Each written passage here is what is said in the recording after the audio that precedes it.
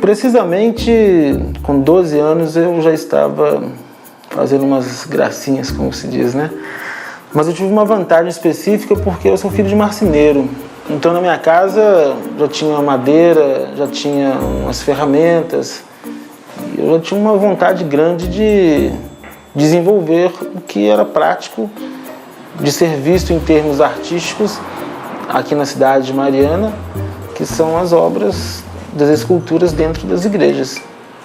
Ednei do Carmo Silva, nasci em Mariana no ano de 1976, no dia 19 de julho.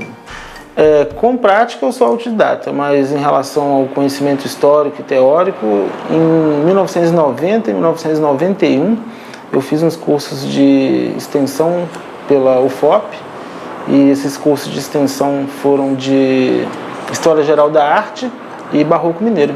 Quando eu comecei a fazer os trabalhos de entalhe, o meu pai, que era marceneiro, trabalhou com marcenaria a vida inteira, ele, nas horas de folga, ele fazia entalhes e esculturas. Então, quando ele me viu arriscando nos trabalhos, ele me orientou, tanto no entendimento das ferramentas, quanto no entendimento da madeira. Por quê? A madeira a gente precisa de obedecer o sentido do veio para o corte dela. A gente sempre trabalha com corte vertical para que toda a proposta de trabalho que a gente tem não tenha, digamos que, deslizes no final das contas. E o tratamento com as ferramentas, que se diz no sentido de se afiar a ferramenta, qual a posição que a gente vai estar utilizando para proporcionar um corte mais raso, um corte mais profundo, e daí toda essa sequência desenvolvida. E na relação do trabalho, na parte prática mesmo, é um detalhe visual, um efeito visual que a gente tem mentalmente e a gente vai passar, obviamente, para a escultura. Então, basicamente, não tem necessidade de se fazer um desenho definido para que o trabalho de entalhe e escultura surja. Até mesmo porque não vai resolver o desenho. Apenas uma orientação entre traços seria o essencial para que a sequência desse trabalho seja desenvolvida. Porque tem-se mesmo uma ideia do trabalho pronto, mesmo ele estando no bloco.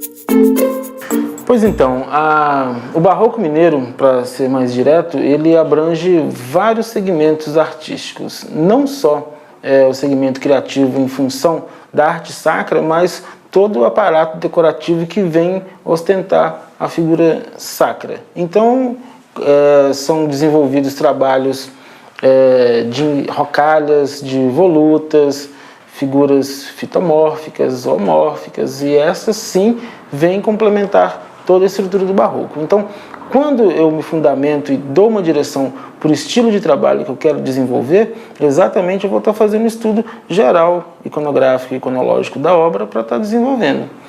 Tudo é feito mesmo com parâmetro ao barroco mineiro do século XVIII e século XIX. Daí, a sequência de trabalho que é encomendado, um cliente vai apontar o que ele quer, o que ele não quer dentro desse conceito.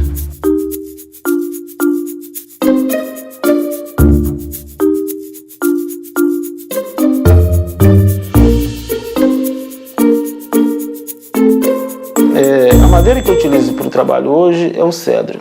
O cedro ele foi muito explorado no século XIX, século XVIII aqui em Minas Gerais, e praticamente ele se extinguiu aqui da região.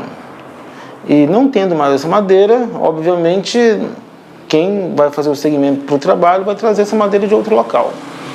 Cada dia que passa, mais rara fica e muito mais cara essa madeira que eu trabalho com ela.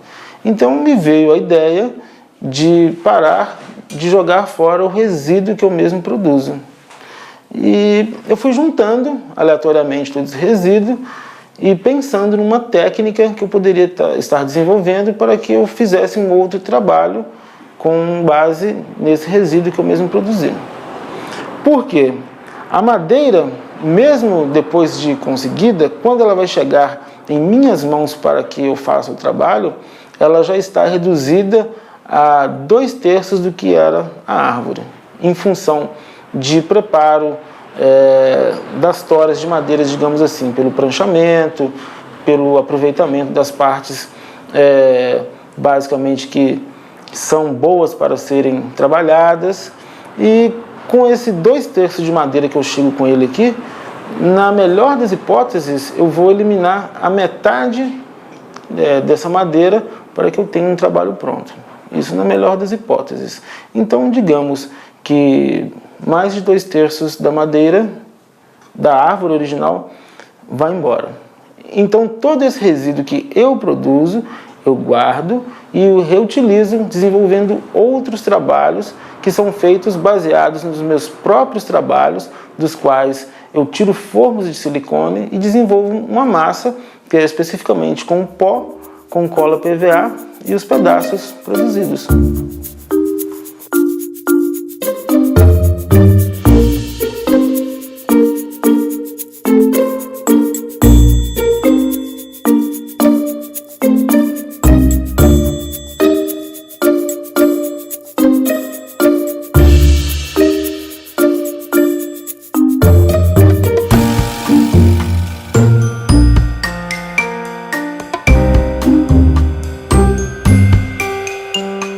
O mundo realmente está muito solto em relação à falta de compromisso com o meio ambiente. E isso a gente vê em função de gastos indiscriminados de bens naturais. Tudo que a gente tem como lixo ou como rejeito, certamente tem um reaproveitamento. Quando se toca no ponto de arte a se falar sobre reaproveitamento de resíduos, isso surge de uma forma, digamos que, como uma novidade. A novidade está exatamente no sentido que o consumo de arte, querendo ou não, ele ainda é dado como supérfluo.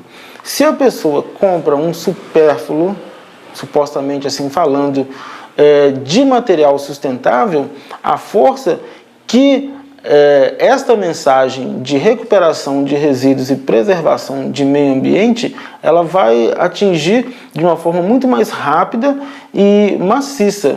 Até mesmo porque, trabalhando-se com madeira, que é o meu caso, a madeira é um dos bens que, com certeza, são os primeiros a se extinguir, como, tipo assim, bens práticos para o uso.